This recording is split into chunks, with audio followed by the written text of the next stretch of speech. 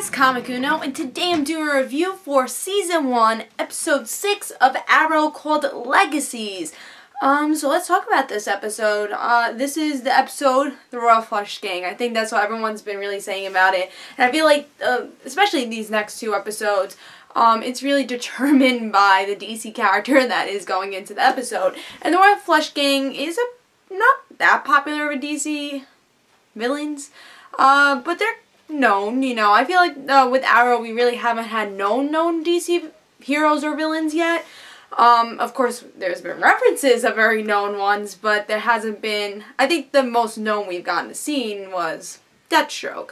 And then next week Huntress, which I am very excited for. I think that's the episode I was most anticipating through this whole half of the season. So I'm really excited for next episode. And the Royal Flush Gang, the Royal Flush Gang I thought was going to be an interesting one, and I want to see what's going to happen. And I feel like this was definitely less of a filler episode, but was a filler episode at the same time. Because in this episode, we just learned, alright, the Royal Flush Gang is a family of robbers, and they get screwed by Oliver's father in the past, and that's why they're stealing this money. So Oliver gives them a chance, saying, alright, let's see if they do the right thing. They didn't end up doing the right thing, so, something bad happens to them, and I won't spoil that, but, so Oliver is trying to be, I guess we get to see his human side in this episode a lot, and, we get to see, something I really liked in this episode is that we get to see Oliver not just go for the list. We get to see Oliver actually become that Robin Hood that we know from the comic books. Because it's not all about this list. It's also about, hey, I'm a hero. And I think from this episode, this is what we're going to be getting throughout the seasons. And Oliver, we're going to see. I feel like with the first season, we're going to get the list and, you know, that whole entire story arc. But I feel like Season 2 and on, we're going to go see more of Oliver do the right thing just because it's the right thing and not because of his father. And something I realized in this episode, which was part of the, you know, the flashback of this episode, because every episode has a flashback, is that the father, Oliver's hallucinating, and the father comes into his hallucination and says, "You have to right my wrongs." And the way he said it kind of made me have this click in my mind, and I was thinking, you have to right my wrongs. He didn't really care that Oliver was alive. He just cared that his wrongs were righted. And I feel like he's like, alright, well, my son could do the best by this. It's like my life is over. Let my son worry about all this. And just the way he said it, I felt like he saved his son for selfish reasons. I mean, do I really know that? No. But I just felt like from that scene, that's how I felt. I felt like he just had the way he said it.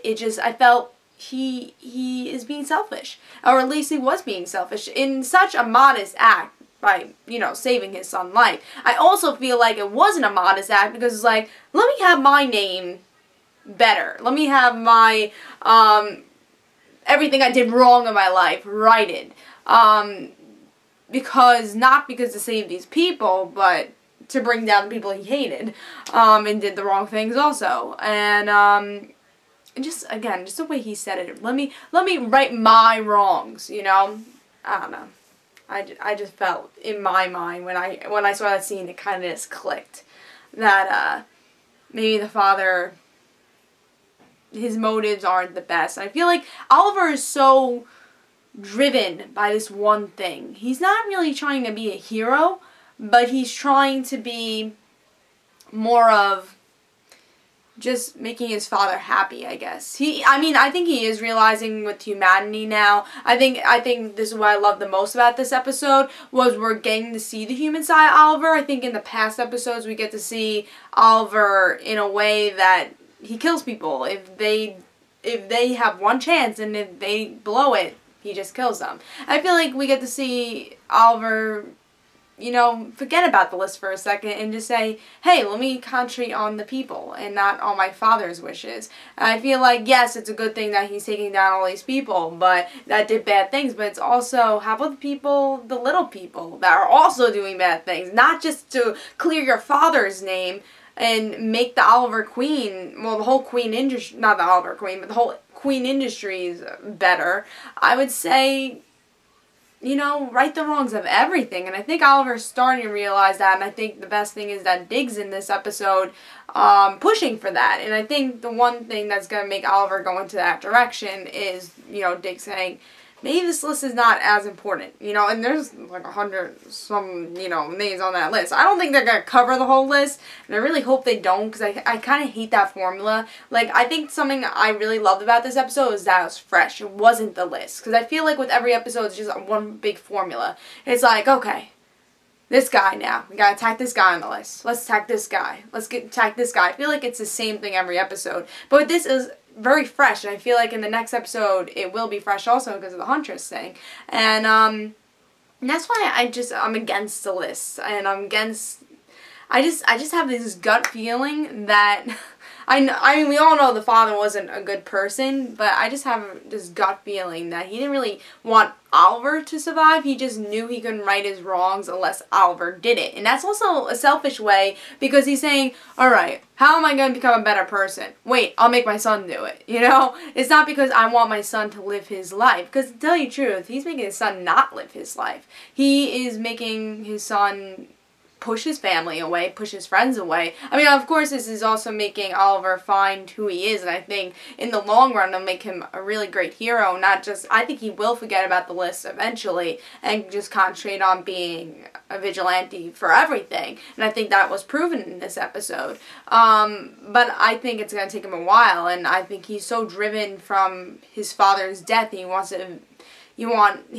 to make his father's death, you know, important. I feel like that's why he's so driven, just to get these people on the list, you know?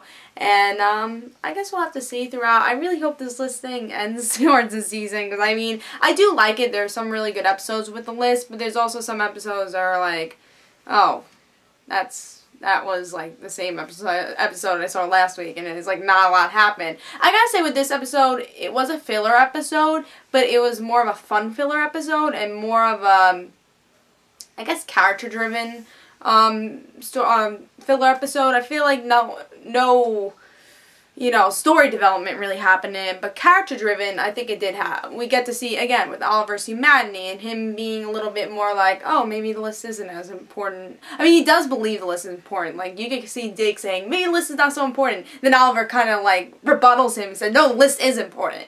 But I believe that we get to see humanity in him, because he gives money to the police officer that gets shot. You know, so I think that's interesting, and I just don't feel like we've gotten to see this side of Oliver throughout the episodes.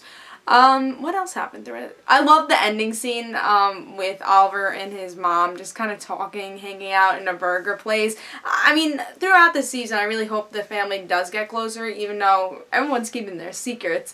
And except Thea, she's just kind of there. I hope her character gets a little bit more interesting.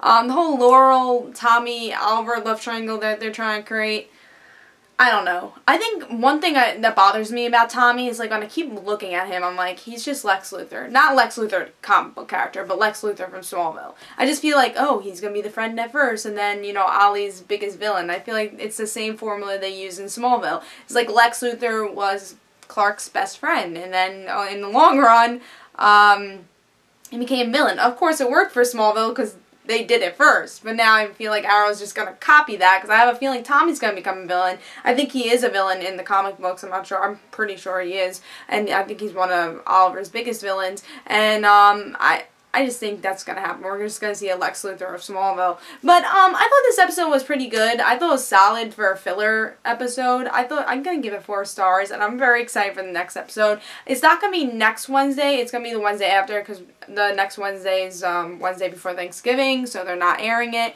And the same for Vampire Diaries and, like, Nikita and all of them. So I think it's Wednesday to Friday they're not airing any CW shows.